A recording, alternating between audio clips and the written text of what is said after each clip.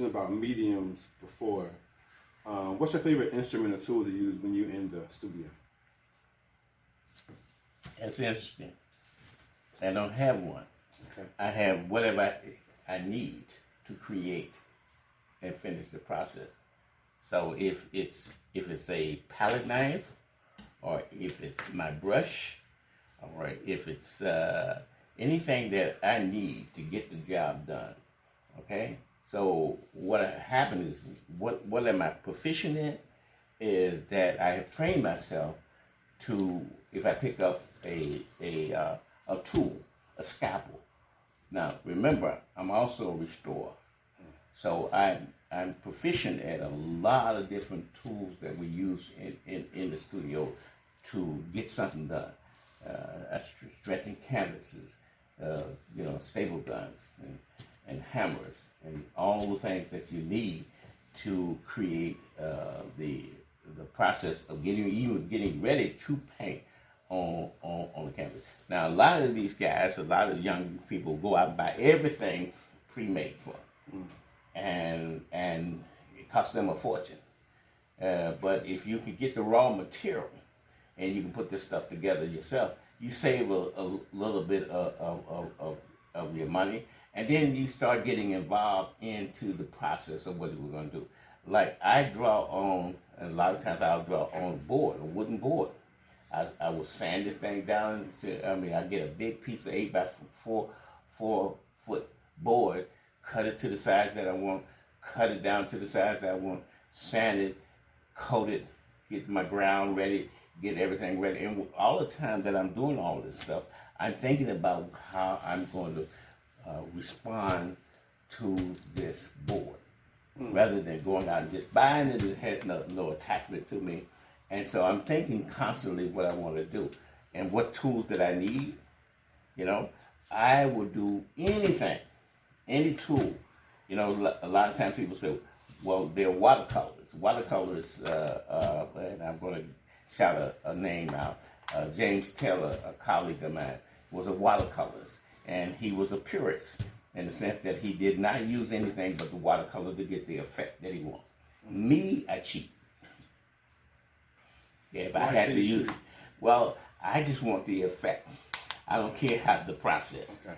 A lot of people are purists. Well, a purist is one who sticks to the rules. And sticks to the guideline and become very proficient at it and very excellent at it. For me, sometimes I in areas where I'm not as good, I will do something that will appear to be good, but it's not the way they finish their product. Okay, but it makes the same effect. It has the same effect, but the professional know that I did a little. Right. Doctoring. Right, but y'all great ones. Y'all can have minuscule mistakes that you see, but the rest of the world don't.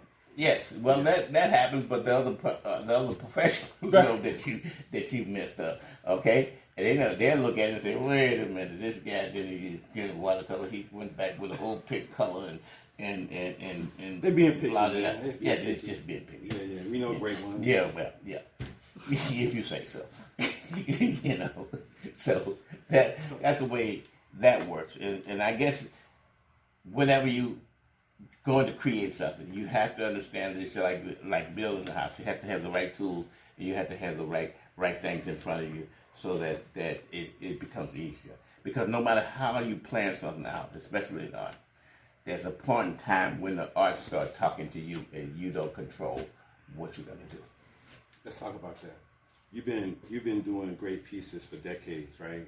Do you think your art has made an impact on what you're trying to say? Well, the people tell me. Someone else tells me what the impact is. You don't know as an artist or as a musician or anyone else when you're creating something. You just create it and you can say, "Ooh, I did a good job," but the world is the judge. Okay, this thing that I felt was going to be good, or that's going to be the say nothing happened. Okay, I remember one time when I was younger, in the few contests that I did enter, I painted this West Indian girl, you know, with the little dot in her head, the prayer, you know, and I just knew that sucker was going to win something, right? And she had these beautiful eyes. And then as I was cleaning out my brush, I had a big brown cardboard. And I saw myself in the mirror, and I just started scribbling with the colors that and then I did it real fast. It must have been about 15 minutes of just looking at myself and trying to interpret myself. And I said, "Oh, that looks pretty good. Let me put it in the show too." And guess what? That one won? That one won. Okay. So you never know what you do. You try to say, you know, that you do. Now, the other thing is that a lot of people pay homage to artists in history after the fact. Mm-hmm. Okay? After the fact that they're gone, after the fact that they probably did it, like the Mona Lisa was actually done 7 times before the Mona Lisa that you see is the one that everybody knows. So we try over and over again till we think we get it right. And even like with y'all see, like again, when y'all see imperfections, we just see where the hell is that shit at? What? Right there. What? Right? Well, you see, here's the thing.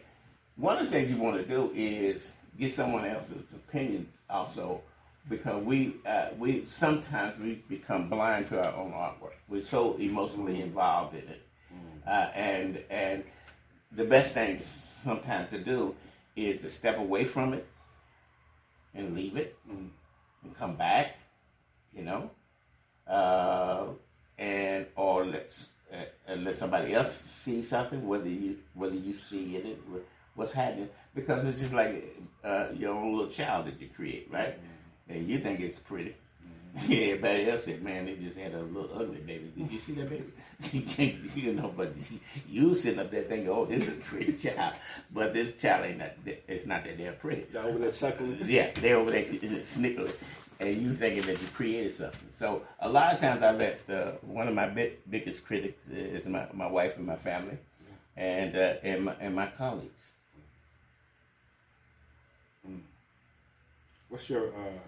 What's your favorite piece that you've ever done? No, you can't ask that question. No, because it's kind of unfair. Because I can say, "Well, you know." Right. No, that wasn't my favorite piece that I ever done. I didn't say it was. I mean, but here's the thing: I don't have a favorite piece. Okay. I had that. My next piece is going to be my favorite piece. Okay, and that's how artists think. Your next piece, not this piece. Look, that's pretty daggone good, nice, but some changes could be made. Okay, and some things that I